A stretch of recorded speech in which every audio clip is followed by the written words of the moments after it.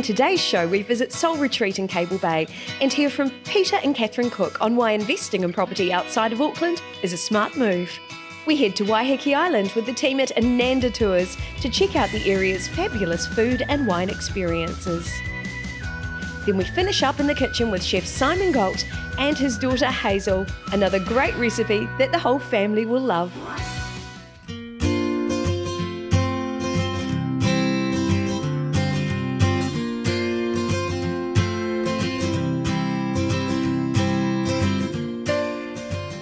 Most of us have that dream of finding that perfect place in the winterless north and spending your time between where you call home and where you call work and moving into that place where you can have the lifestyle you really love.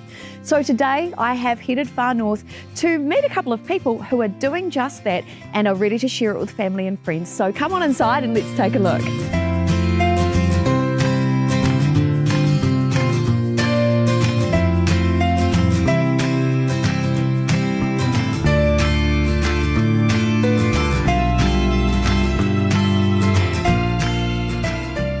Well, I'm here in the beautiful home of Catherine and Peter Cook. Thanks for having me, guys. And I've just been having a look around the place. I can't wait to share it with you. But tell me, first of all, what brought you up here to Cable Bay? Well, we've been looking for a while for somewhere to go to get away from the city, somewhere we could share good times with friends and family. And to be honest, we were looking closer to Auckland. But once we realised that there were some beautiful properties up here, we fell in love with Northland, and here we are. Wow. Now, one of the things that we've already had a bit of a chat about is that concept of opening up the property to family and friends. So tell me a bit more about what's the vision around that? Well, I guess, you know, Peter and I met 4.5 years ago, and our whole journey now is about, you know, creating a really wonderful memory with friends and family, and we hope that other people will be able to come and do that here. So you've called the place Soul Retreat, Cable Bay, New Zealand. What was the vision behind that, or what prompted that?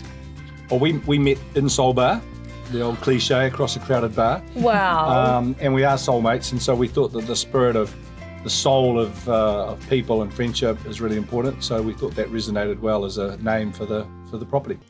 And my mum was born in the far north, and I guess I've got a real strong connection from being, you know, having family up here, and you know, I can't wait to show mum.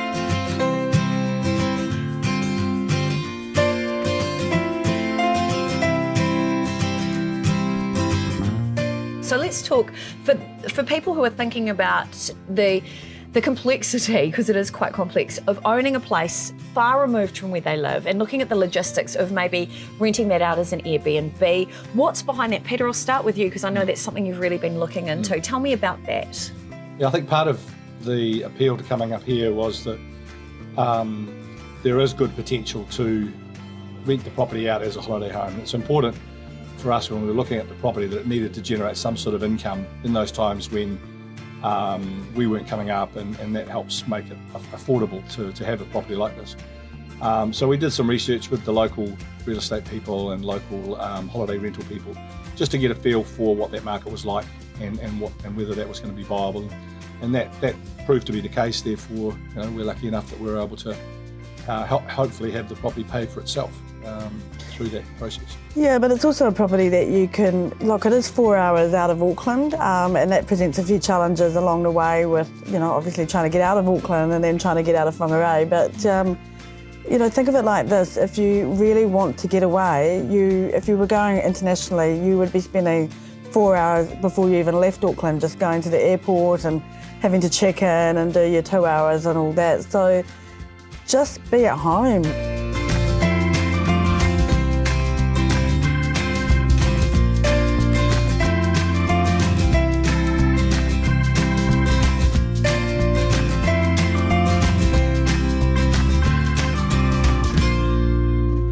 So when it comes to looking for an investment property or a holiday home or a beautiful sanctuary like this, what are the key things that you both from this experience that you'd recommend to other people that they should consider when they're moving into this arena? I think it's really important from our point of view to think of a place that was different to where we live full time, so that it gave us some contrast, it was different, and it gave us an escape from the day-to-day stresses of working hard and having to maintain that. So that was very important for us. And I think the other thing is, obviously, you want the property to have some sort of uniqueness, some sort of factor that made it a place to go where you really enjoyed going. So whether it's the view, the contrasting scenery, or in our case in the property here, to be able to rent it out, the 3 bedrooms with a bathroom in each made a big difference to the decision as well. We know our creature comforts that we need too. So as much as the contrast is good and the bathroom, it's also got to feel like home. We if you walk through our home, you'll see Kiwiana, you'll see hearts, you'll see just down to the equipment in the kitchen, like the coffee machine. Now I don't drink coffee, but I know that for friends of ours, if there's no coffee machine, it's a pretty miserable morning. Yeah. So if you're going to come all this way, make it feel like a resort, make it feel like people don't want to leave. So the big question, was it worth it? Absolutely. Yeah, look, there's no question. I mean, we came through the property and we're very different people. We like sharing things together, but we're very different in our thought process. But it was the one thing that we both immediately said, this is ours, we've got to have it. And at the moment there's a big fight for people to get property right now, but it just felt so right. And we said to the guy, we're going to get this property, and we did.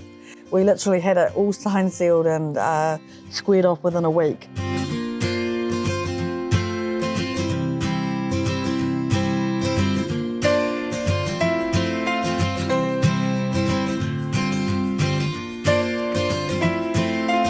So Catherine, a lot of people tell me that when they find that perfect property, there is normally that one part of the property that makes them go, this is it. So for you, what was that part of the property? Well, when I actually walked in the door, the property just stares straight out at the view. Wow. And I could just see myself, not on even the couch, but on the beanbag, just completely letting the day's stress go, just lying out there and watching the world. And to me, that just sold it. That view is just so soothing.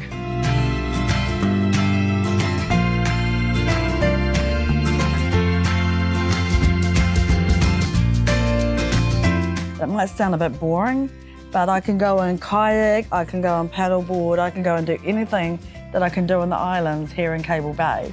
And I don't need to worry about the hustle and bustle of the airport and people asking me what's in my bag and all that. I can just be me, and that was it. And it's just a car ride away. It is. And 4 hours of me doing my work, by the time I get here, it's all over. Computer goes away and I'm just basically on Cable Bay time. So not Fiji time, but Cable Bay time. So. Love it. So Peter, what was the part of the property that made you say, yes, this is it? It was really easy for me. The entrance coming in and then the cascade down the hill out to the deck and out to the view on the water was just amazing, and that's what sold it for me. So let's have a look. they cascaded the house deliberately to be bringing the land to the water nice and seamlessly, and it's really lovely. That's brilliant. That's the part that really sold it to me when I came in and just saw the way the house flows down to the water. It's just brilliant. It does, it has this natural sort of connectivity right out to that ocean, and you can literally feel as you walk through, you can feel all your stress just ooze away. Absolutely. I love And the it. closer you get to it, the more the water becomes part of the house, and it's just really spectacular. It's So, magical. yeah. I love it.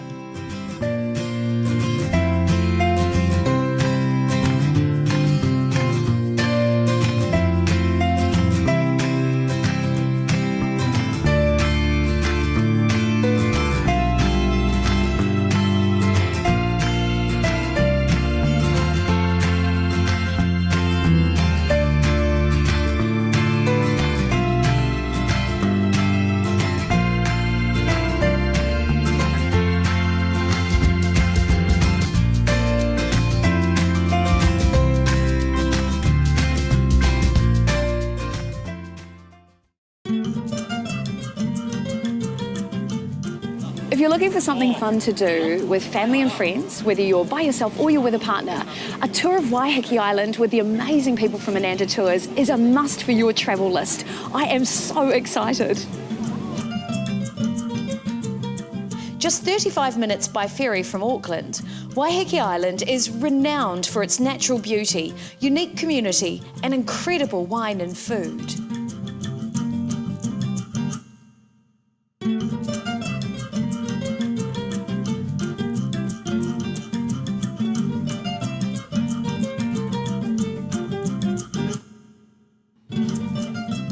The team at Ananda Tours have a wealth of local knowledge and experience, having been part of the community and part of the family for more than 20 years. Every tour is completely unique, and the great thing is, even if you come here by yourself, once everybody hops on board that bus, you can guarantee you'll end up with a wealth of new travel buddies who become lifelong friends. I can't believe it. What a great day to do this.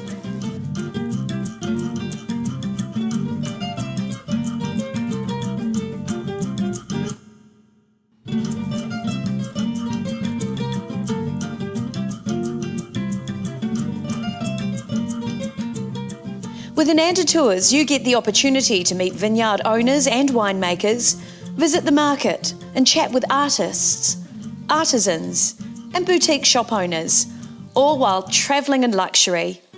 Plus, they can customise experiences to include activities for the kids as well.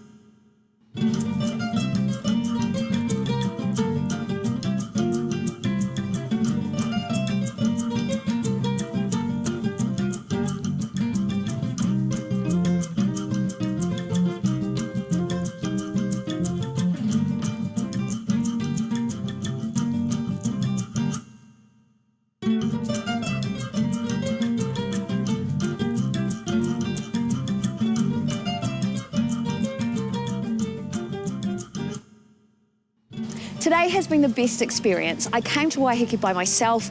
I've met amazing people and our tour guide was really knowledgeable. It was a brilliant experience and I can't wait for you guys to try it too. Check out more and see how you can experience the best of Waiheke with Ananda Tours. See you here.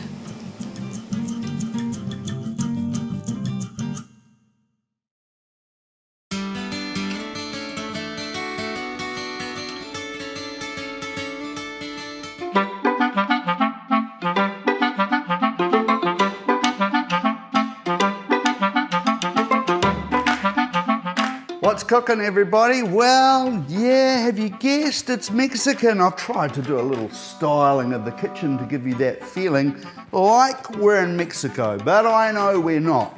But I did live in Mexico for 3 months whilst I was on the run from the police. Actually, no, I was the private chef for, at the time, the second wealthiest man in the world.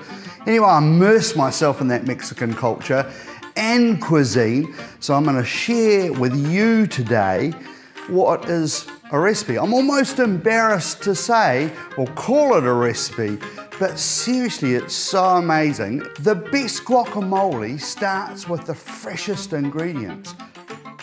Now remember, there's a timeline here. You can sneak forward to the recipe. Look for avocados that are ripe but firm. You definitely do not want a soft, mushy avocado. First, grab avocados that still have the stem on, this little piece here. This is an exaggerated one. It's more likely to have brown spots on the inside if it doesn't have the little stem on. Then gently press one end. This end, not the stem end, just gently press it. When the bulbous end of the avocado yields a firm pressure, but squidges a little bit, the avocado is ready to use. Make sure the button or brown stem piece is still in the avocado that you buy. It actually acts as a seal so the air can't get into the avocado. perfectly ripe avocados make a killer guac, right? Now, you can add semi-dried tomatoes, change white onion for red onion. You could add mango fruit, stir in some smoked fish, some nuts. If you're low on avocado and want to extend your guacamole, you could use green peas. Blanch the peas in salted boiling water for like 2 minutes, then refresh them under ice cold water, and then mash the peas with the avocados. You could even add some hummus to your guacamole. And when tomatoes are really expensive, and we get times of year they are, perhaps you could use semi-dried tomatoes or just leave them out. I'll leave a link in the YouTube description where you can purchase amazing semi-dried tomatoes online. I'd love you guys to actually participate here and leave a comment of what extras you like to add or what you serve your guacamole with. So, what we do is start at the blossom end, and we want to be careful with our hands and just roll the avocado. Look, the knife's not moving at all. And now we just twist like that. Then to get the pit out, and out it comes. See, the knife isn't moving, it's just the avocado. So I'm using 3 avocados for this recipe. Now I'll just scoop these into here.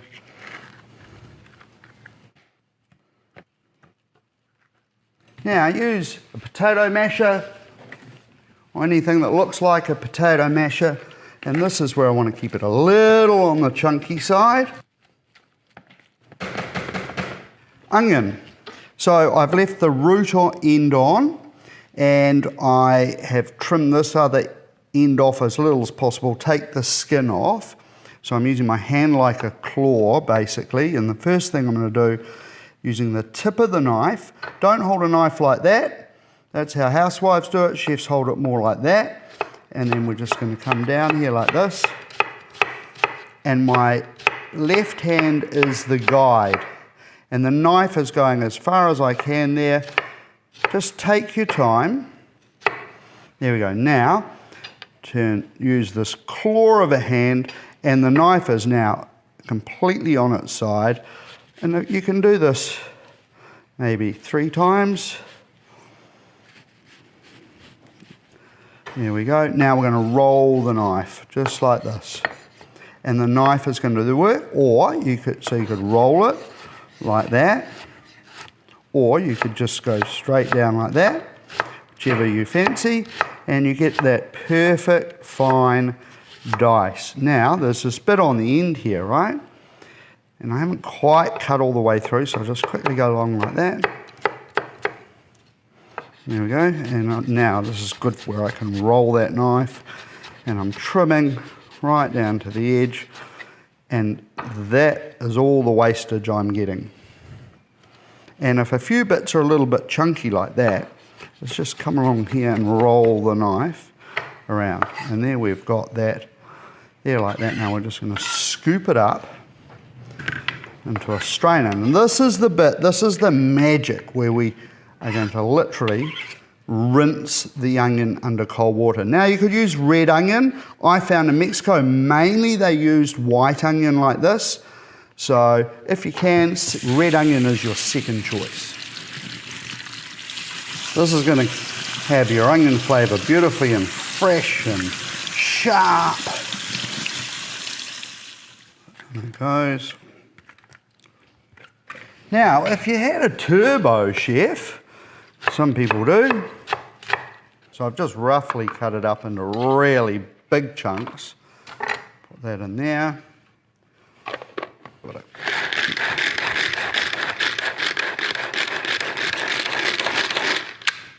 Kind of fun for the kids to do, and that is a little bit quicker, isn't it? But again, I want to rinse it. But I'll save that for another one later. Okay, so the onions are in there. Let's get on to the tomatoes. Expensive at the moment. Remember that you can always use semi-dried tomatoes, or just kind of leave the tomatoes out. and I want 3/4 of a cup of chopped tomatoes, but I'm going to get the innards out.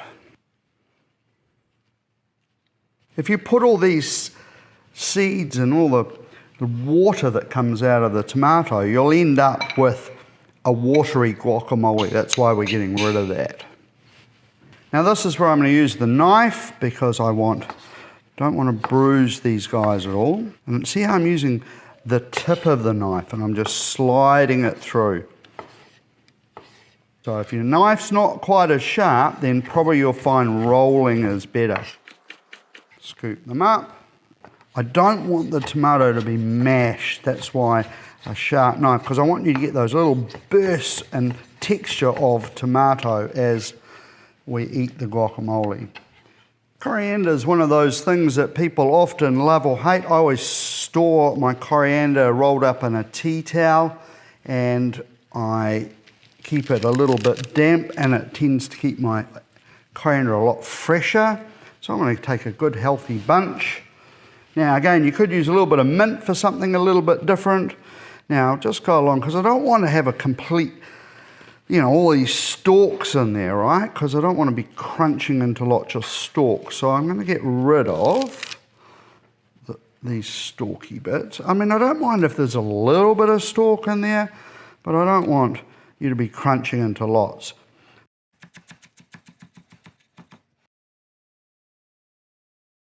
But just to show you, you could do it in here as well. There you go, and it's done perfectly. Garlic. Got one sort of medium, probably almost large garlic clove.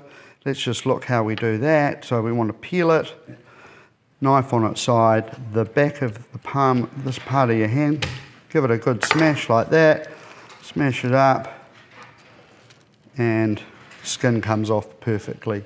Now I'm going to grate it in. That's about 1/4 of it. I'll save the rest for the next one. Doesn't matter if it's a bit smashed up. And I often store extra garlic and things like this and the ends of vegetables in a bag in the freezer, and then when I make a bone broth, see, it's not a lot of garlic I'm putting in there. Maybe I'll put a wee bit more. I store it all in the freezer in a bag, and then when I make a bone broth, out it comes in with the chicken if I'm making a chicken bone broth, and I've got half the veggies ready to go in there. There we go. So it's very fine. Last thing we need to do is get the lime juice. You could use lemons, right? And these are off my tree. See, this is a lime, and you're probably looking at that going, that's a lemon, Simon. Well, it's not. It is a lime, but I'm going to get way more juice when it's yellow like this than I will when it's green like that. So, and this is, look at that, beautiful. So we want to juice it, and I am going to measure the amount I put in, because I want to have 2 tablespoons. I don't want to go crazy with lime juice, otherwise I'll end up with a lime guacamole. Right, we've got to get some spice in here. Traditionally it's serrano or jalapeno peppers or chilies. Good luck with finding those. I tend to go with just using this jalapeno Tabasco. Now, if you like it really spicy, go for it, but I'm going to put 2 teaspoons of this in. So there we go, and you can always add more once you taste it if you want a little bit spicier. There we go, that goes in there. Now use your favourite salt. A lot of you know I love this Murray River salt. If I told you an amount, then it would be wrong if you're using iodised salt. So now let's mix it up. It's going to be lovely and chunky, because you don't want it to go brown between now and when you're going to serve it. I'm going to come along with the back of a spoon, and I'm going to get it nice and flat like this to store it. So many people put too much lime juice in, and it just takes over the whole thing. Right, like that. There we go. Now, have some cold water.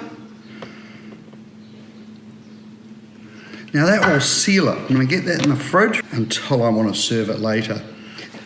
This clever trick with the water will work for 24 hours. But after that, it will start to soak in and make your guacamole watery. But if you're having it tonight, then it's going to work just perfect. I'm going to pop this into the fridge until I need it.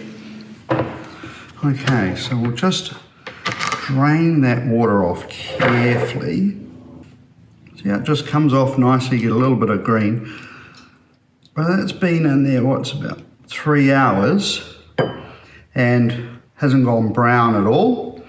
So let's get it in here, Hazel. What do you reckon? You keen to taste it? Yes. Look at that. Yum. I'm just going to drizzle just a little bit of olive oil over the top. And I'll have some extra there. Got a little bit of salt, got our corn chips. Let's have a taste, come on. I'm going to try a beetroot one. What does it taste of? What can you taste? Avocado.